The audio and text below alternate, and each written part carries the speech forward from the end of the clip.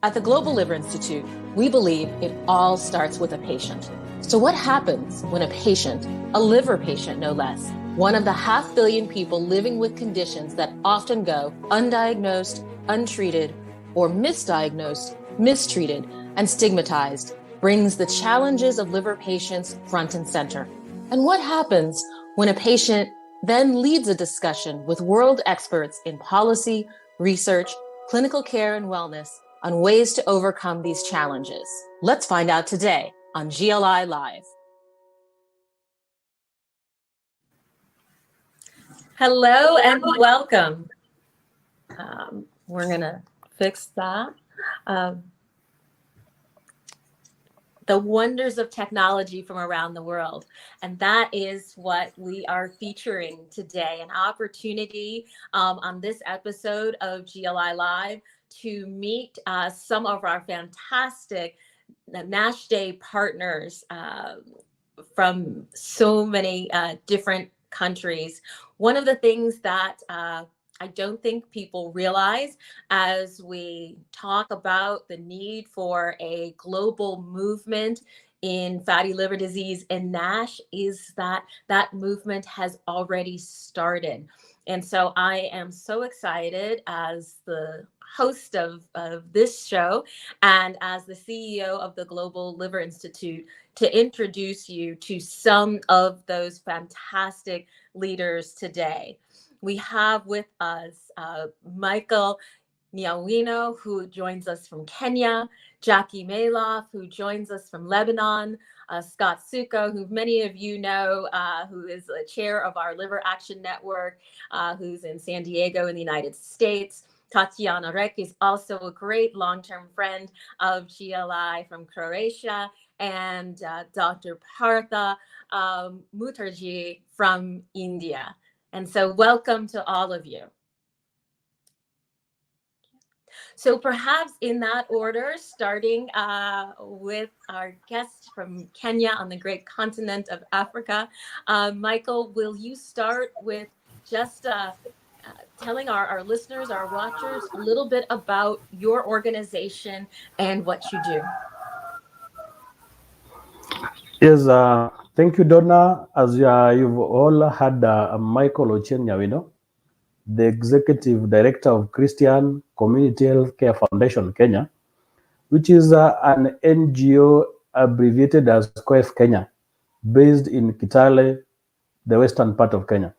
So as an organization, COHECF Kenya is mainly operating under 5 key pillars of health, education, agriculture, peace, youth, and women empowerment.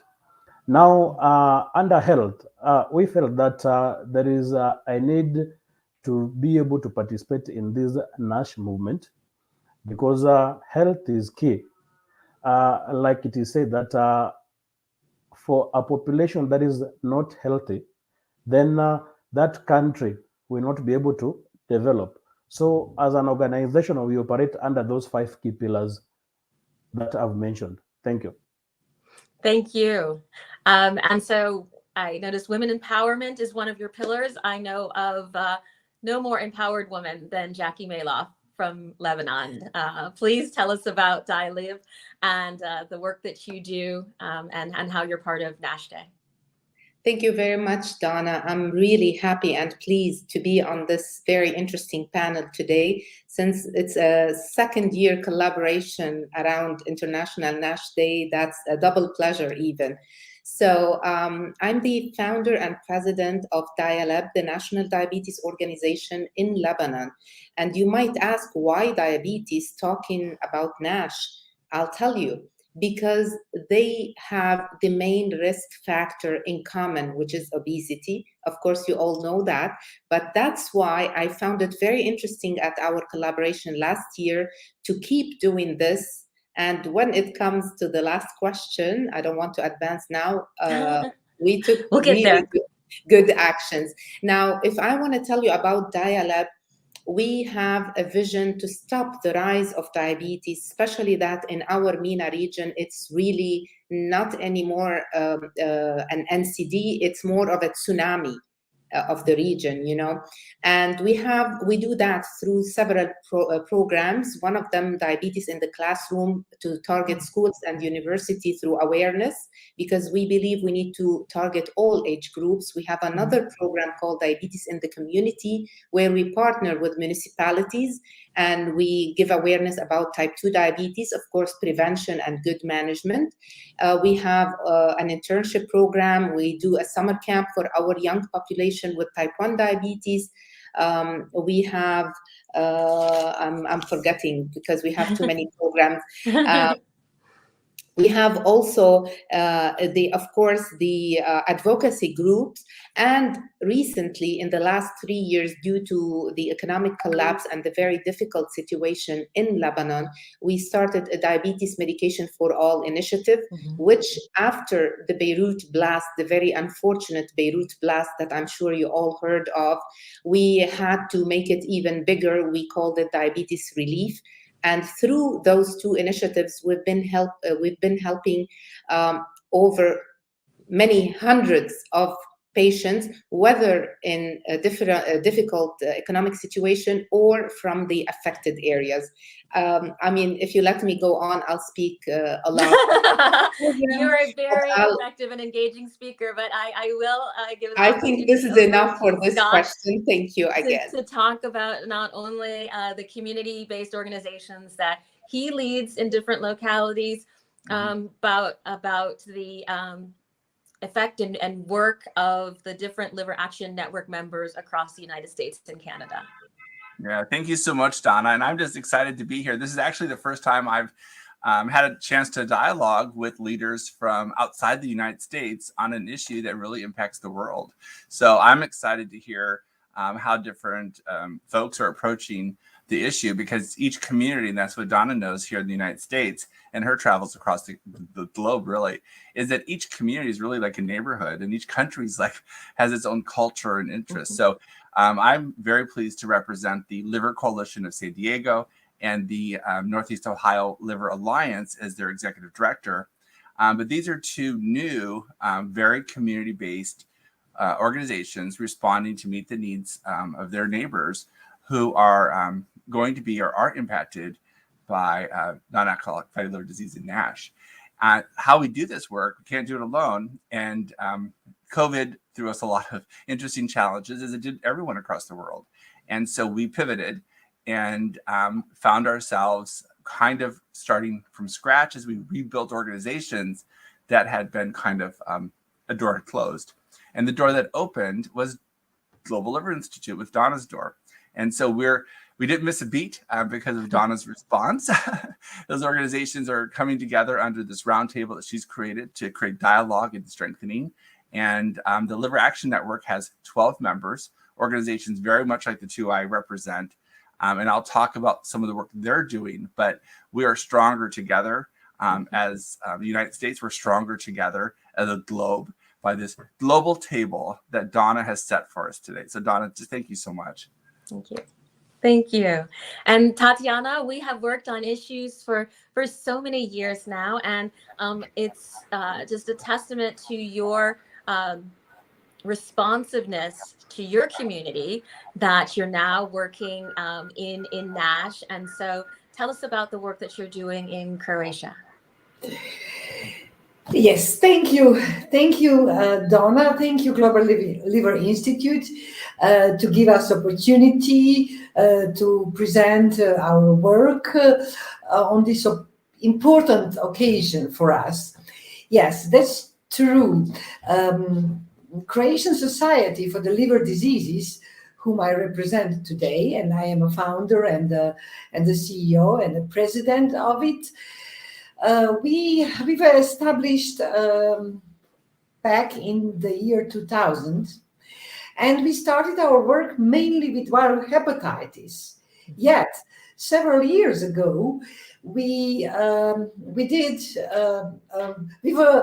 decided not to work only on hepatitis, but also other liver diseases, and especially now this pandemic of non-alcoholic fatty liver disease, which brings us to NASH. as many other organizations, also my story is very similar to the others. My life turned upside down because as a doctor of veterinary medicine, I was fully employed and worked in my in my own field, and then in the middle of the war, because we are one of the countries of ex-Yugoslavia, so we had a war, and then 28 years ago, in the middle of the war, during my pregnancy, when I was diagnosed with the viral hepatitis, I did not have job anymore. I was retired, and that's how my huge motivation was now reflected into this organization. Today, unfortunately, I have to admit that I maybe am an NFLD patient because of my overweight at the moment, but I'm doing my best. I'm even drinking almost 3 liters of water these days. So, yes, what we are doing here in Croatia. 7 years ago, it always makes me think, because of these 2 years of COVID, I usually say 5 years ago, but it is 7 years ago, we established a screening van. At the beginning, we called it screening van. Today, we call it mobile clinic. This is a van which we adopted and have a FibroScan device inside. And with this van, we are going all around Croatia, our country Croatia, but also neighboring countries like Bosnia, Serbia, Montenegro, Macedonia, Albania, Kosovo. And we are doing exams in the rural communities, but also in those communities which are hard to reach, like prisons, like homeless people and similar. So this is the main idea of having this mobile clinic, was to make a linkage to care of those who don't have access. So those people who live in the big cities, in the towns, they have hospitals, several hospitals, but those who are living in the islands, because here in Croatia we have a lot of islands, they're isolated and they don't have access to the medical care. So that's what we are trying to do with this mobile clinic. And we are doing that always in collaboration with the public health experts, and also with specialists, hepatologists from a local clinic. So together with volunteers from Hepatos, in this mobile clinic, we have at least 2 experts. One is a public health expert and the other is hepatologist. Why? For the reason that if we have a person who has indication, so that the hepatologist can immediately on site make appointment within next 7 days, within the next week. I think that is so important, to bringing care to people and to make sure that it's not just a one-day thing, that they're linked to continuous care. That is a fantastic model for us all. And I think, Scott, as you pointed out, the incredible opportunity that we have to share best practices across the Liver Action Network. We now have opportunity to share best practices across all of our global partners. So Dr. Mukherjee, tell us about what NASH is like, and NASH advocacy is like in India, which is the only country at present that has a medication that has been approved by your regulatory body for the indication of NASH. Yeah, so it's a pleasure to meet you and greet you on behalf of Liver Foundation West Bengal. And we started our journey 15 years back. Just to brief about our foundation and activity. And initially, we started our journey with an objective to demystify liver disease, because we believe that liver disease should be in the public health priorities. All that NFLD, NASH, alcoholic liver disease, all these should be in the public health priorities, because these are all known as a lifestyle disease. And subsequently, we developed the first GI and liver disease specific hospital in the eastern part of this country, which is known as Indian Institute of Liver and Digestive Sciences. And we also, in 2016, then we developed one research institute named as John C. Martin Center for Liver Research and Innovations in 2018. And also we initiated a nursing school under the leadership of Liver Foundation West Bengal. So that in India, predictors says that about 35% NFLD, and amongst this NFLD, more than 30% is NAS. And as you know, that NFLD, when it progressed into NAS, it should be a very serious that concern. And it's all about community awareness, because NAS cannot be in that sense, it is not a hospital disease, but it's a disease which can be cured through your daily healthy lifestyle and exercise. So that's the main thing which we are advocating. And India is with a huge burden of NFLD and NAS at this moment.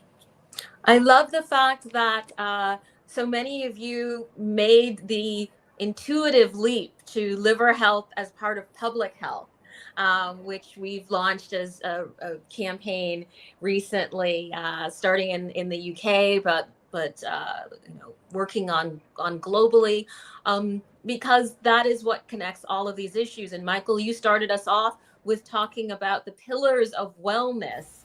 And Jackie, you come to us from our all too closely connected field of diabetes, and so I hope that in the hearing of this, that people recognize the commonality of our stories and our work, no matter what country or region that we're working in. That this really is about elevating liver health and health of the person as a whole to a public health issue.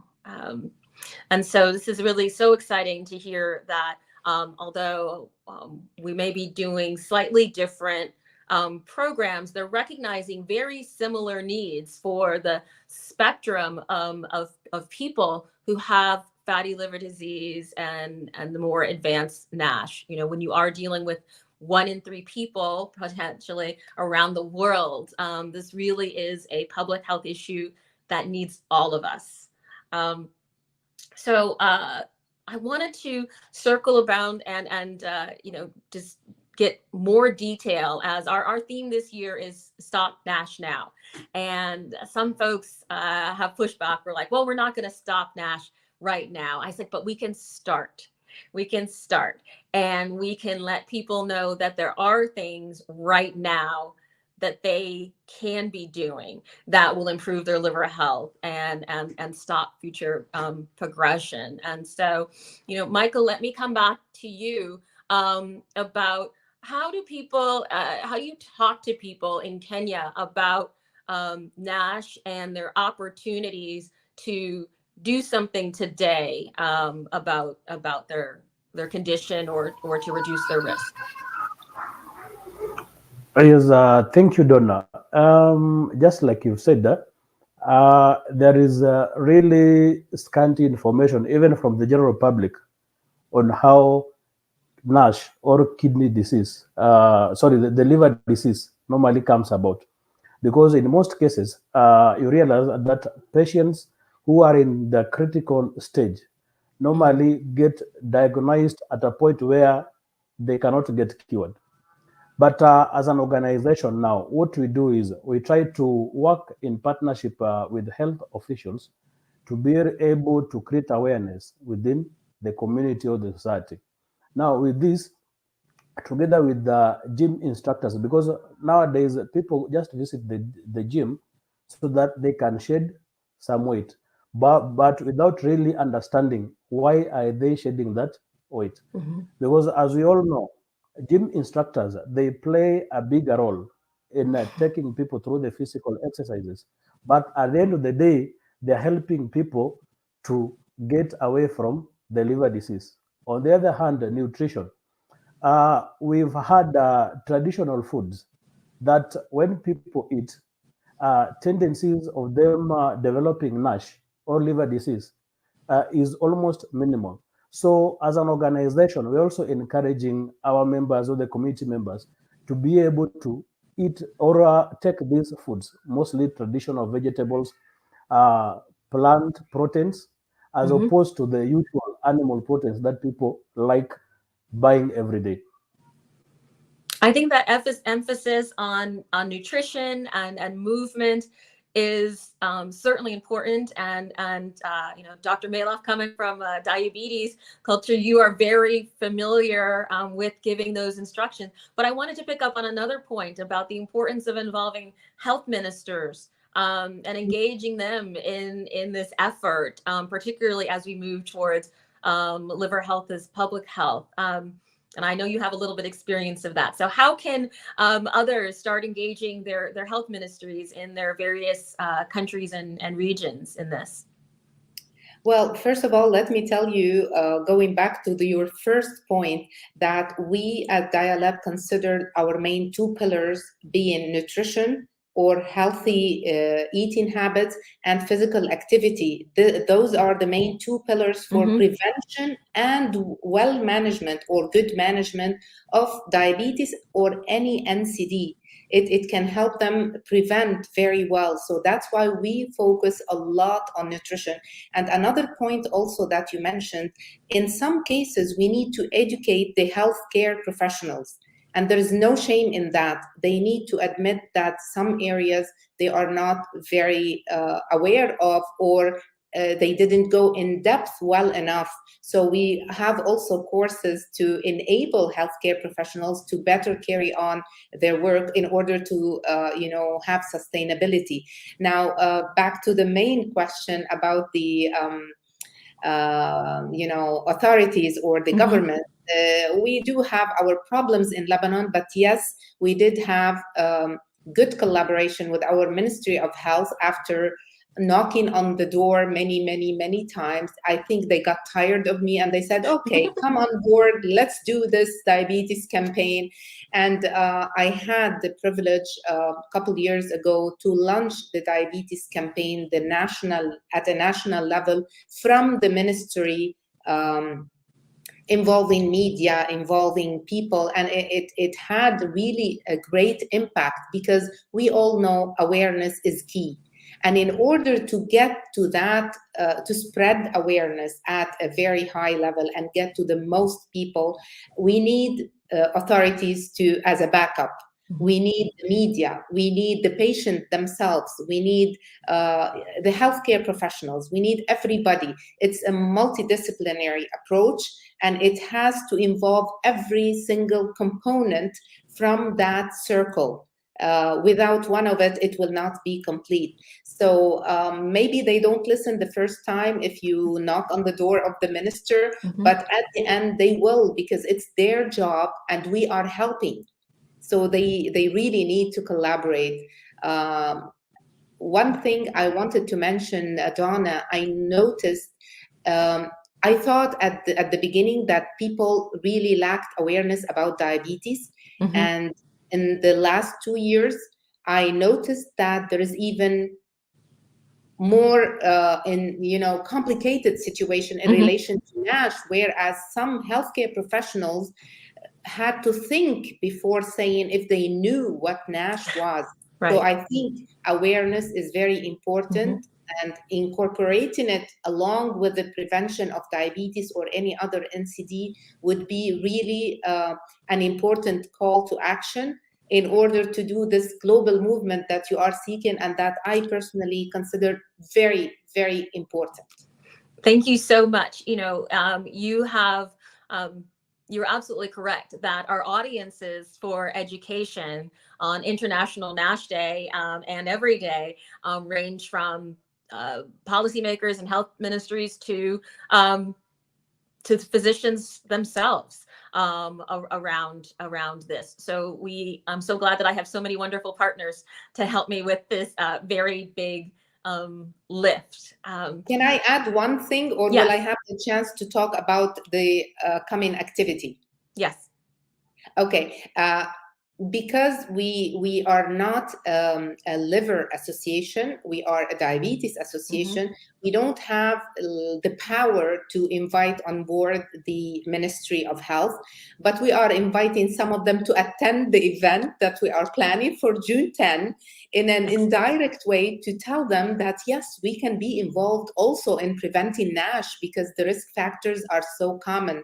So we are planning a great event in collaboration with the American University of Technology, where we are inviting media. We will have students, faculty members, and community. We will have a panel of speakers with a multidisciplinary approach, because we will have in different specialties, where we will really shed the light on the link between diabetes and NASH. I myself was shocked when I read that amongst the population of people living with diabetes, the prevalence of NASH is 37.3%, which is a huge number if we think how many million of people, be it like 540 something million of people living with diabetes nowadays.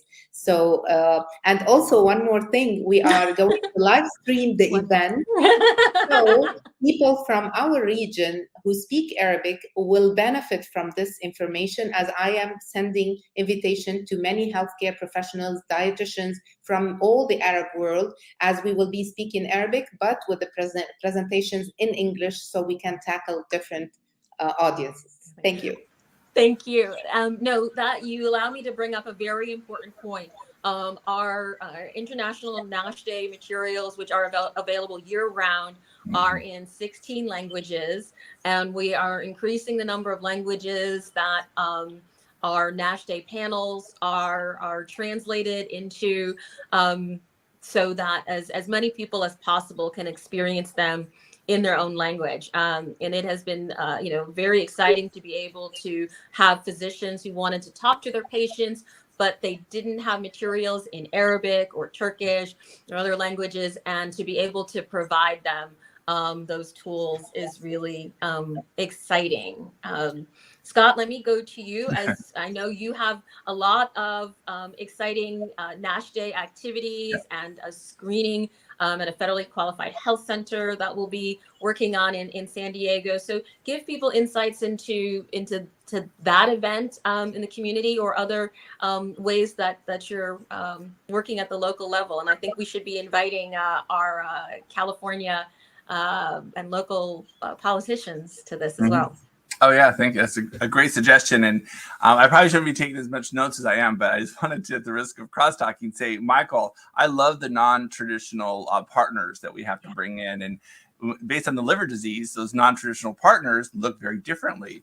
And when you take a look at gym instructors and those folks, yeah, I had one, and I never thought about pulling them into this discussion, and yet they are very key, and they understand the complexities of resistance and helping people get past that. So love that suggestion, because I wrote it down. And Jackie, I think most people have multiple chronic health conditions, and I think that we share patients with the diabetes community, and patients are going to go to the treater that they feel most comfortable with, and that they feel not shamed by, and a disease that they feel comfortable talking about with their friends, where there's not stigma attached. So that means that they get to choose. Like, I'm going to self-identify with my diabetes, or I'm going to self-identify with my NAFL or NASH. And based on how they self-identify, they go to that treater first, and that's where they put their emphasis. So I think we have to create a safe space for people to approach this and not feel stigmatized, because we have a network that I think has all the right information. We just have to get it out to people. And when we talk about the network, that's what the Liver Action Network members are doing. They're creating conversations. And so rather than just laundry list the members, I thought I would categorize what they're doing.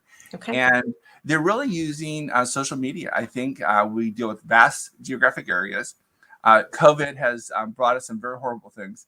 And yet COVID has brought us some real big advancements, not just in telehealth, but in how to use these types of platforms to create conversations and share information. And so we have a lot of our members that are doing webinars, local experts talking about a very global issue, but then localizing it for how people can link to local services.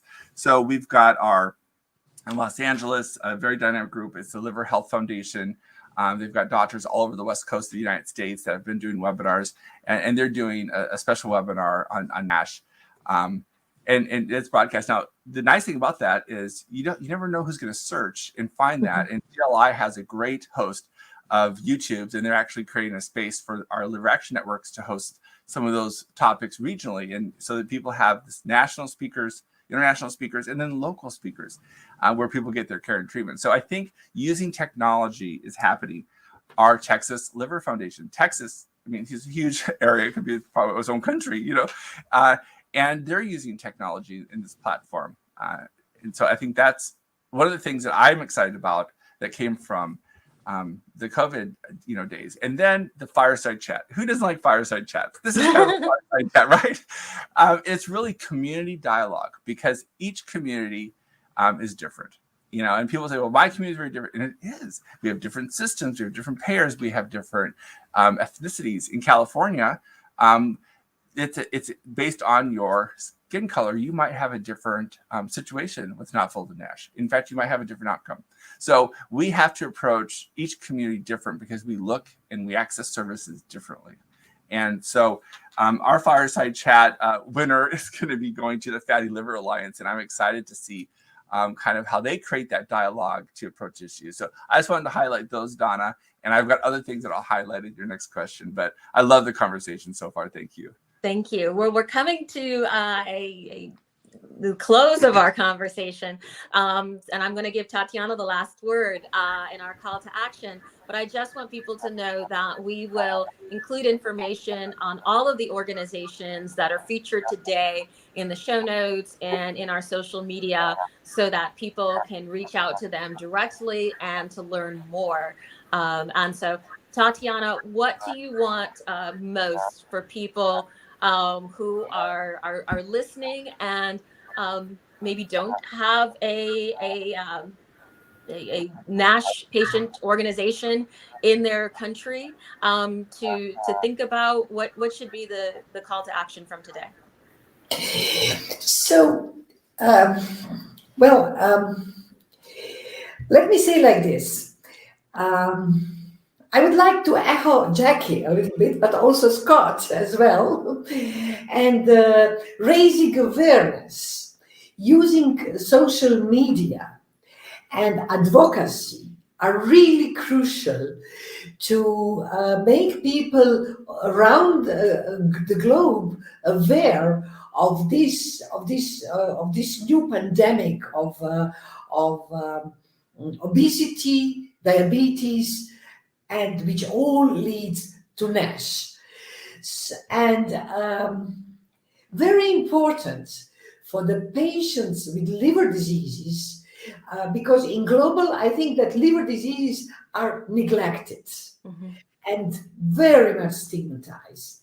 So this is also the case with NASH. When you mention liver disease, people do not want to speak about that too much.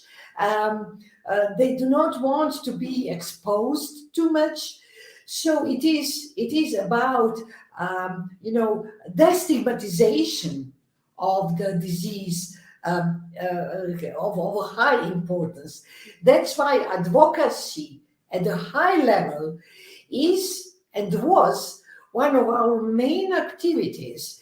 We even used the opportunity when Croatia was presiding the European Union to organize a really high-level meeting, which was official meeting of EU presidency to raise awareness of liver diseases with a special panel on NASH. And established last year, where Donna was our guest as well, we established a so-called Croatian Liver Week. So this year, we will also continue in turns that we will start from Saturday 4th of June until Saturday 11th of June with the public activities where we will perform the examination on the in the center of the cities. And we will finish with a high-level event, and where politicians will be invited, expert community, doctors, as well as patients. So, but I think that's a wonderful example of how you can grow your local events year over year, because although we are working to stop NASH now, we know it will take some time. If you just allow me, I would like to emphasize a need of destigmatization of liver diseases as well as NASH. Yeah. I think that one of the things that I heard that touched me most over the course of this wonderful conversation was the need to create a safe space for people to talk about NASH, to talk about having liver disease. I have liver disease. I am a liver patient. So you are safe here with the Global Liver Institute. You are safe with me. You are safe with all of these people you see on your screen. Please come and participate in any of these International NASH Day events, in any of these organizations. And if you would like to start your own, please reach out and let us know. I look forward on next year's International NASH Day to have even more advocates in even more countries making their mark and continuing this movement. But thank you to all of you today. Thank you very much, Donna. This was a fantastic conversation, and the calls to actions, I had them prepared, but it seems that there is no time for that. No, I think, yeah. So thank you. Thank you. Thank you. Okay. Please be sure to like this video, subscribe, and share your thoughts and suggestions in the comments below. Join us weekly on Wednesdays at noon Eastern Time for more episodes of GLI Live.